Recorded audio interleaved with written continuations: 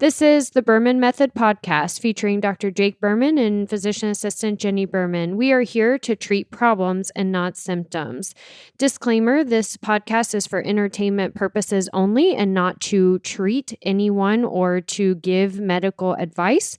If you are interested in any information that we are giving and would like to use this for yourself, we recommend that you contact your primary care physician or reach out to us and ask us questions about yourself specifically.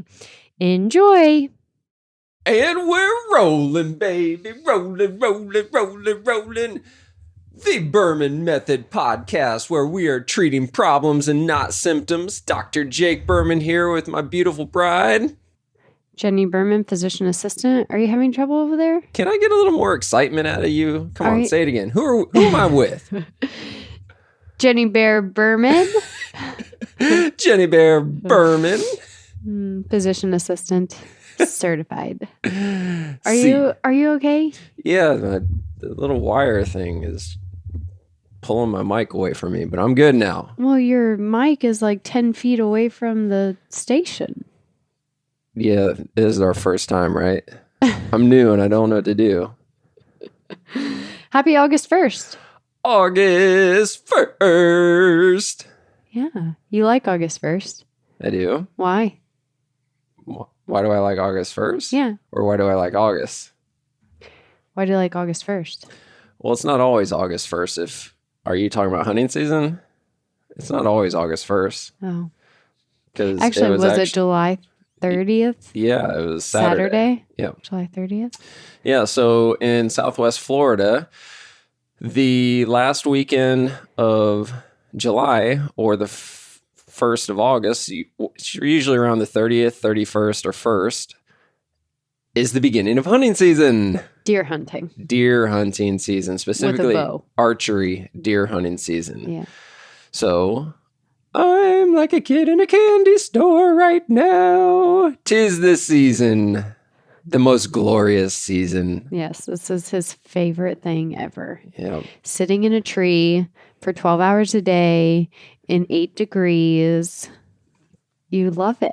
I absolutely love it. So you're referring... Not talking to anyone. Not eating, not drinking, not peeing. So you're referring to our Midwest hunts, not our Naples hunts. Yeah, it doesn't get 8 degrees in Naples. Instead, in Naples in August, we're sweating our butts off, getting eaten by mosquitoes. Yep, usually as in less clothing as possible. Yeah. The least amount of clothing. least amount of clothing as possible. I got a picture. Not a picture, but I remember this very vividly, where it was me and Jason. Jason's one of my best friends that I grew up with. He's like a brother to me. We're out hunting opening day, and this is probably 15 years ago. And the tree that I'm in did not have any shade at all. And it's 9:30 in the morning, and I'm just peeling off clothes. And I end up in my underwear. Like, it is so hot that I am sitting in the tree stand in my underwear. I pull up my phone and I pull up the weather, and it says, feels like 103. As you're deer hunting. I'm going, what are we doing right now? What is wrong with me? I wonder that often. But I did get a buck that day. You did? I did get a buck. Nice. Yeah. So yes, I love it. Hunting season is what I live for. It is my passion. Specifically, archery hunting is my passion. Naples is where I started, and we usually, every year we go out to the Midwest on an archery hunting trip. These past few years, you and I have gone to my buddy Seth's place out in Missouri, northern Missouri. So right where Nebraska, Iowa, and Missouri all come together. Little tiny town called Rockport. What's up, Seth? Shout out to Seth. We've gone there. We've been to Illinois. Yep, Illinois. Kansas, which we're going back to this year. Going back to Kansas this year. We haven't been back since our honeymoon. To Kansas. Right? Yeah, that's right. Yeah. So fun fact to all you listeners out there, we had a his and hers honeymoon. Yes, we did. So we got married and next day took off to St. Lucia for her honeymoon. Except I really think that was like a his and hers. And then there was a his. So for all of you people out there that say happy wife, happy life, he's the one that actually got 2 honeymoons. True? Yes, that is true. Uh-huh. Okay. Just checking.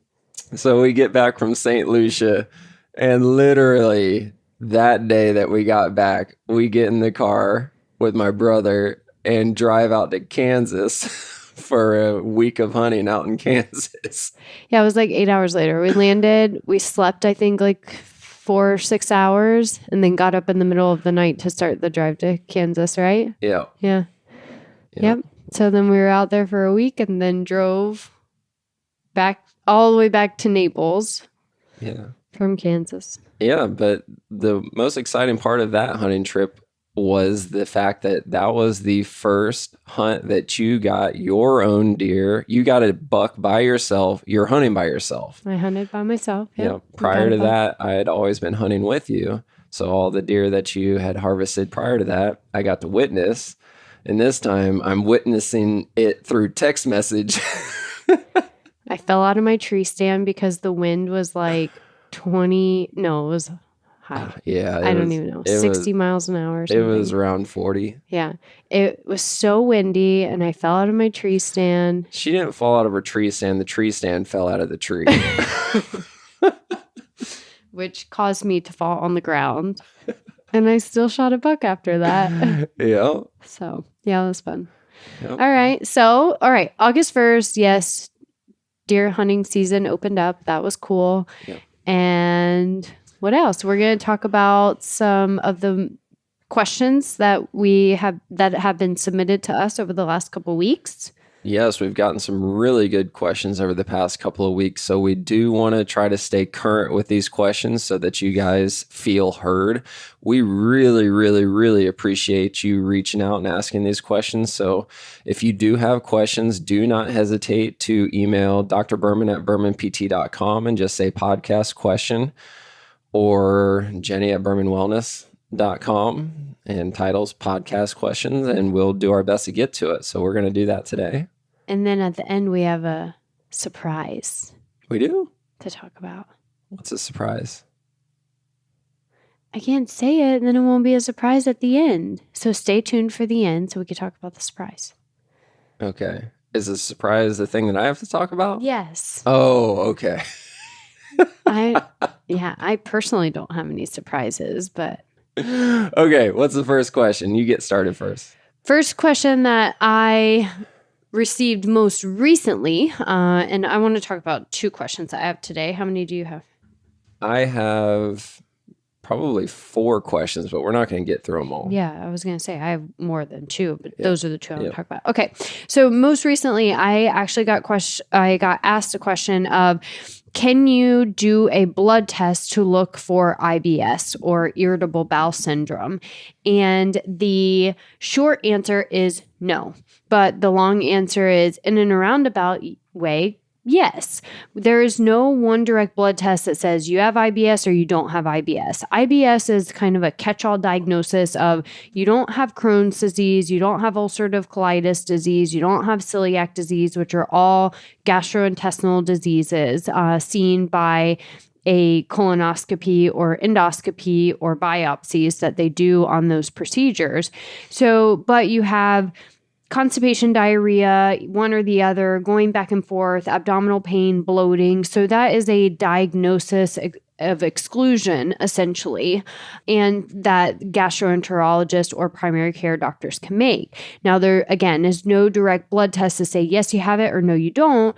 But we want to first rule out those other diseases. Secondly is looking into what's causing the constipation or diarrhea or back and forth that you're having.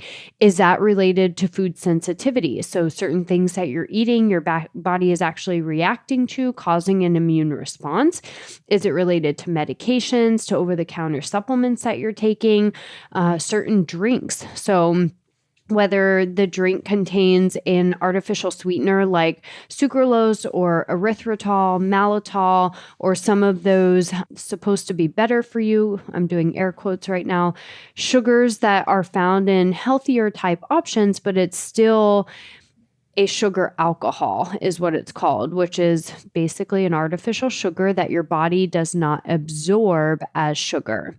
And those can actually cause individuals to have bloating or constipation diarrhea as well.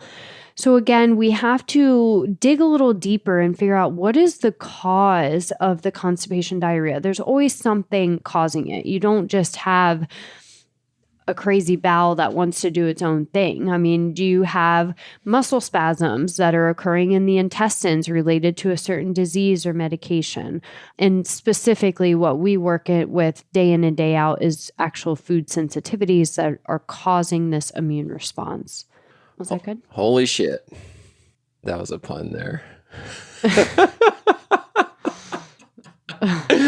Holy shit. That was a lot of information, Jenni. That was like a lot. Can you summarize it in 10 words or less? Come see us to help you with your irritable bowel syndrome. Thank you very much. It's funny, though, because when you first got started, your primary focus was weight loss. Yes. Right? It was weight loss and exercise is what your primary focus was. Yes.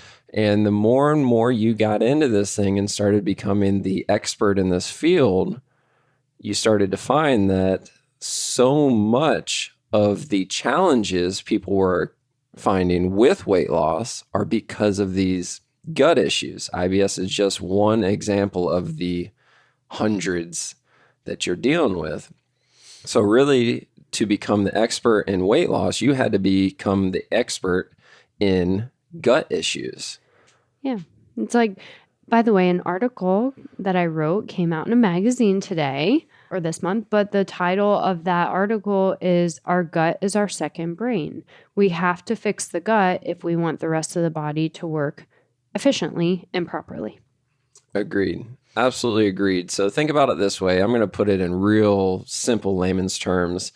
Food is essentially fuel, right? So you take your car to the gas station, and if you got one of these hot rod cars, you're not going to put the 87 octane in it. You're going to put the 93 octane in it because it's better fuel. And if you got a really nice race car, you're not even going to put 93 in it. You're going to put something higher test, maybe even avgas. So it's really high octane, 106 octane. Because you want the best fuel going into the engine for best performance. Our bodies are the same exact thing. And I struggle with this, if not daily, at least weekly with this dilemma where the food that you're putting into your mouth, just look at it as fuel. You put crap into your mouth, you're not going to get optimal performance. Right. And sugar is just deadly. That's what I struggle with. We just had it this morning. We stopped at Epiphany this morning and oh my gosh, these cookies, they were still warm. You had to eat the whole thing. No, I ate half of it. I ate half of it. Was only because I said save some for Stella. Well, if it wasn't for Stella. You said it very sternly. I said, you better save some for Stella. But anyways, to come back full circle, this is really where you've excelled, is becoming the expert in gut issues and really healing the gut. Because when you heal the gut, it heals so many more things. So yes, if you've got IBS, you do not have to live with it. Give Jenni a chance. Come on. Right. And it's not a diagnosis that you have to have. Right. Majority of the time. What's your question? So my question is going to be kind of an all-encompassing question because I've actually gotten a couple of questions in the same realm or subject area or area of the body, and it's specifically the foot and ankle. Specifically after immobilization. So there's many times where somebody will have a stress fracture in their foot, or actually fracture a bone in their foot, or sprain an ankle, or even break a bone like your fibula down by your ankle, and they'll be put in a boot. So everybody knows what that means, getting put in a boot. Now you have to walk in a boot for 6 weeks to 12 weeks is usually the ballpark, right? Mm-hmm. Now, here's where it gets interesting, is because majority of the time when people come out of the boot, what are they instructed to do by the physician? Start walking. Start walking, right? Start walking. Have fun. Bye. Yep. All right. X-ray says you're good. Crack on. See ya. Best case scenario, they say, all right, I want you to go to our physical therapist. So usually the in-house physical therapist, and 99% of the time, it's a cookie cutter physical therapist, because the physical therapist has to see 3 to 4 patients an hour. So it's just an assembly line, because it's an in-network clinic and they're just cranking them in, cranking them out. So this is not talking crap about the PT himself. It's just the operation. And they're expected to get better by going through this assembly line, and then they ultimately don't. Now, this is where things get interesting, and I really want everybody to pay attention to this, because they've done a study. They've done a study looking at an EMG. So EMG, right? That's where they see the lighting up on the brain. EEG. EEG is where things light up on the brain? Yeah, EMG is a muscle test. Well, I think it is a muscle test, because we're looking at the brain and moving the hand, so seeing what hand muscles move. Okay, so not looking at the brain waves. Correct. We're you looking want to look at the areas. Muscle activation in the brain. Got Correct. it. So that would be an EMG. Yes. Yeah, EMG. So the study is looking at EMG activity, specifically of the hand. So for simplicity purposes, imagine 5 different areas lighting up on your brain for your 5 fingers, right? So you move your thumb, one area lights up. You move your index finger, a different area lights up. You move your middle finger, a different area lights up. So 5 different unique areas light up for individual movement of your fingers. Then what they did was they put these subjects in a custom glove where the pinky, ring, and middle finger were all together, like they couldn't move independently, and the index finger was still independent and the thumb was still independent. And they had these subjects doing exercises, finger exercises, and after 45 minutes they reassessed the EMG. And after 45 minutes, those 5 distinct areas that lit up on the brain melted into 3 distinct areas just after 45 minutes. So then they took that custom glove off so all 5 fingers could move independently again, and immediately looked at the EMG study again, and it was still only 3 distinct areas. It took another 45 minutes of doing very specific individual movement patterns of each finger individually for those 3 areas to go back into 5 distinct lit up areas on the brain.